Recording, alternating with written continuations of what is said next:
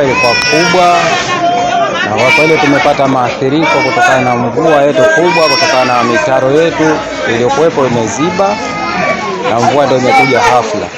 Isitoshe na pia vile vile kuna mchango ambao watu wanamwaga taka ovyo.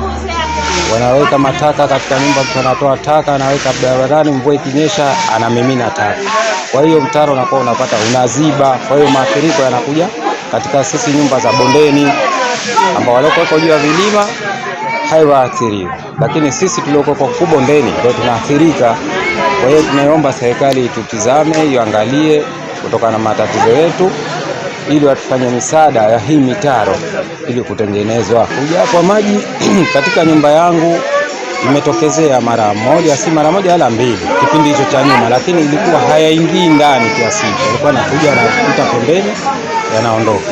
Lakini leo maji yameingia mpaka ndani, mpaka kufikia hatua ya kufika kwenye madirisha na kuathirika kwa vitu vyote ndani, tokea nguo za watoto, magodoro, yani hakuna kilichobaki ndani kuharibika. Mpaka TV pia nayo imekwenda na maji. Nafikiri bila shaka mmeiona ilikuwa pale. Vitu vilivyoathirika kusema ukweli kwa kukisia yani haipunguzi chini ya milioni 1 mpaka 1.5 hasara iliyopatikana ndani ya nyumba hiyo kwa siku hii ya leo, na mvua ya mara mwanzo kabisa. Je, hapo zitakapokuja nyingine sijui itakuwa katika hali gani? Yani mataka wananchi huko juu wanakataa kulipa pesa ili watu wachukue taka. Kuna vijana ambao wanafanya mradi wa taka, kwa hiyo wanashindwa kuwalipa pesa kwenda kutupa taka. Wanakaa nazo tu majumbani mwao, pembeni mwa nyumba zao. Ikinyesha mvua ndio wanamimina kwenye maji ya mvua ambayo na sisi tuko bondeni. Kwa hiyo maji yanatoka juu, taka wanazisindikiza kwenye maji yale ambayo yanakuja huku.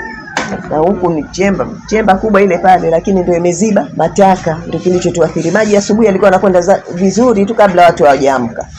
Mvua kubwa, maji yanakwenda vizuri, lakini baada ya kuamka kuona hiyo kwamba maji yanazidi, ndio wakamimina taka zao, sasa ndio zikaja kuziba.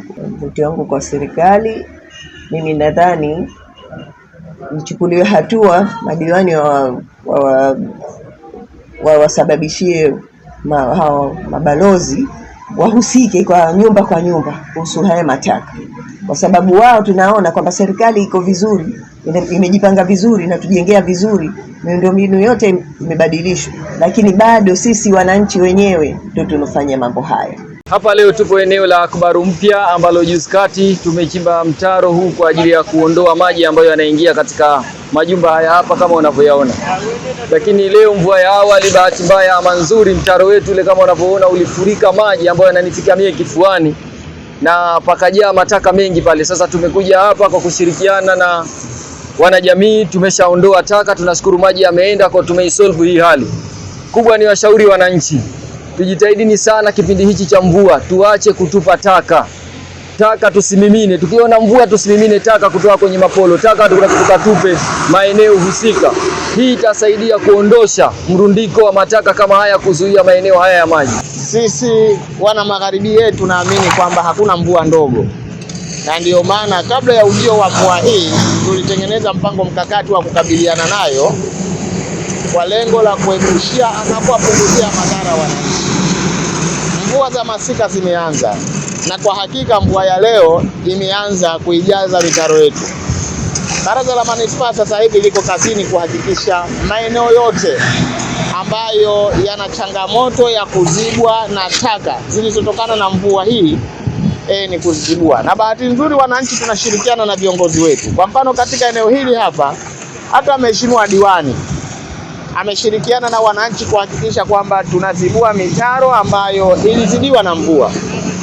Lakini mimi nitumie nafasi hii kuwasihi sana wananchi, tuanze kujenga utamaduni mzuri wa utupaji wa taka zetu.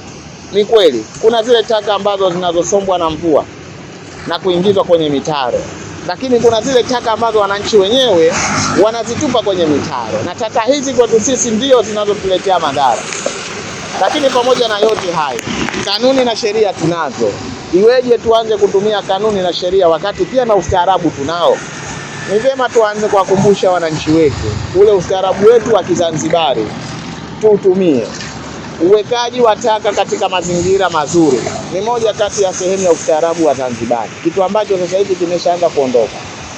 Baraza la Manispaa linaendelea kutoa wito kwa wananchi wote tuchukue tahadhari katika kipindi hichi cha mvua za masika.